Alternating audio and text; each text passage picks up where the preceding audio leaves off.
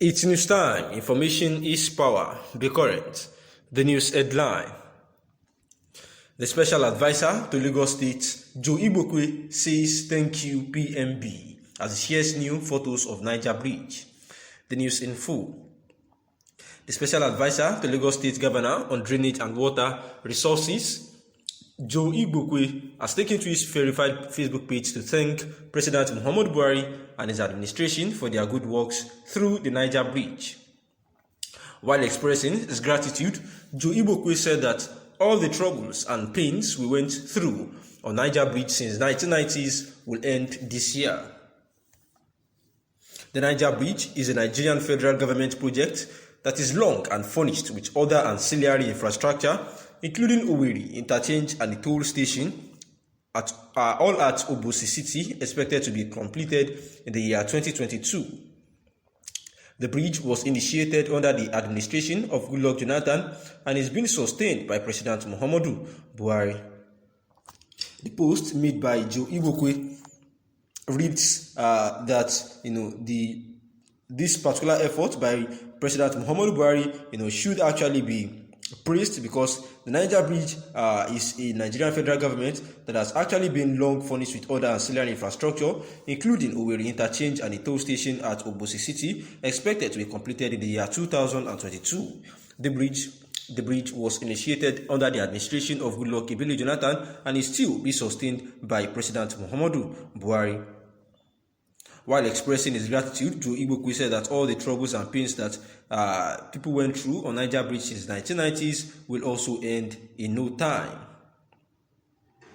The post made by Joe Igbokwe reads that let it be known, and it is hereby made known, that all troubles, pains and tears, agonies we went through on Niger Bridge since 1970 will end this year. Thank you, President Muhammadu Buhari. Jari Ajayi listed two areas the Buhari administration needed to follow, which are security and also the economy. The group in its statement had urged the Nigerian government to intensify efforts to tackle the rate of insecurity across the country.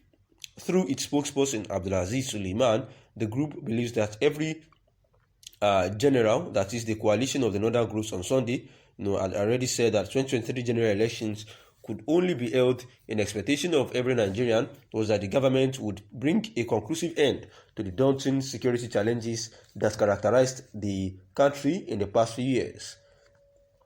In the writer's opinion, the federal government was right to proscribe the IPOB to a terrorist group, while some of the socio-cultural groups were lamenting about Boko Haram elements that has taken part of the Borno state for years without any challenge from security personnel. They have also forgotten to include IPOB, who with their recent instructions have shown that they don't want peace in the southeast. IPOB, with its recent statement, has shown that it is not a socio-cultural group, but a terrorist group. They have done this by daring the Nigerian government, also by imposing themselves on fellow citizens.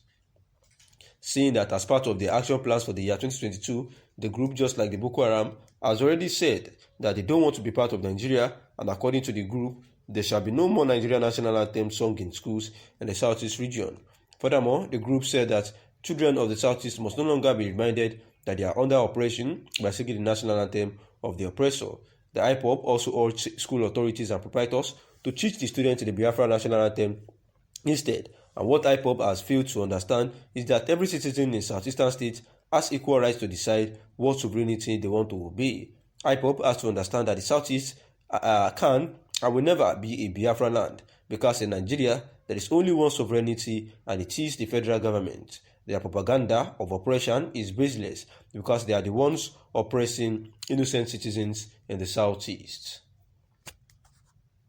The terrorist group had banned the slaughtering of cows raised by Fulani herdsmen during festive seasons in the southeastern region, instructing that native cows will be used instead of these events. And sadly, if the citizens were to disobey these instructions, other than the ones they want to obey, there will be senseless destruction of communities and the unprovoked killings of defenseless citizens.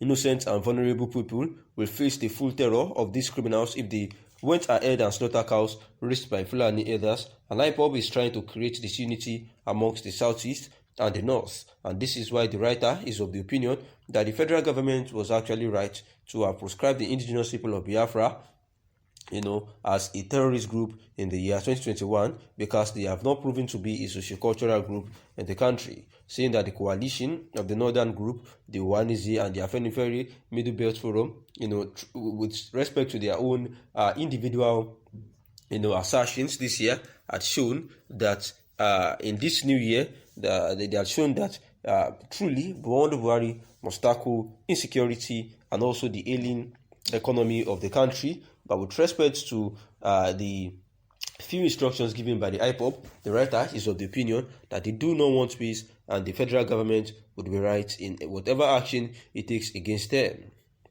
reiterating that there is need for the police. There is need for the government to end politically or thereabout to ensure that immediately peace and prosperity returns to the country.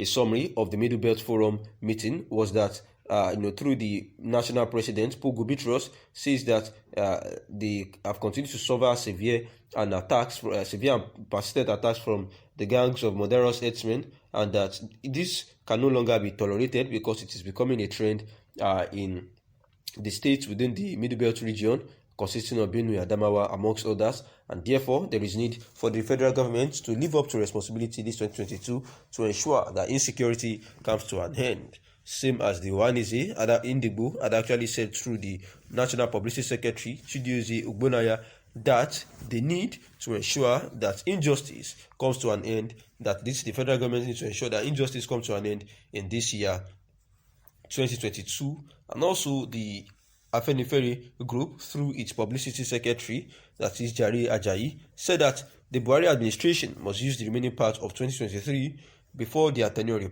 expires to right the wrongs that have occurred since it is in power, especially one of the agitator of the Yoruba nation, who is still at the detention of the Benin Republic facility, that is Sunday Adeyemo, popularly known as Sunday Igbowe, saying that all these things and the other areas of security and the economy must be the necessary focus of the President Muhammadu Buhari before 2023 and ensure that it settles out everything needed.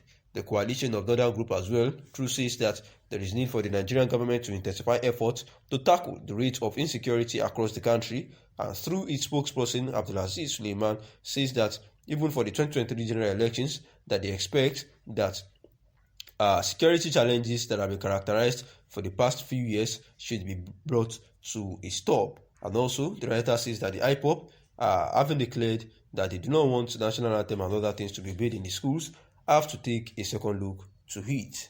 Thanks for listening.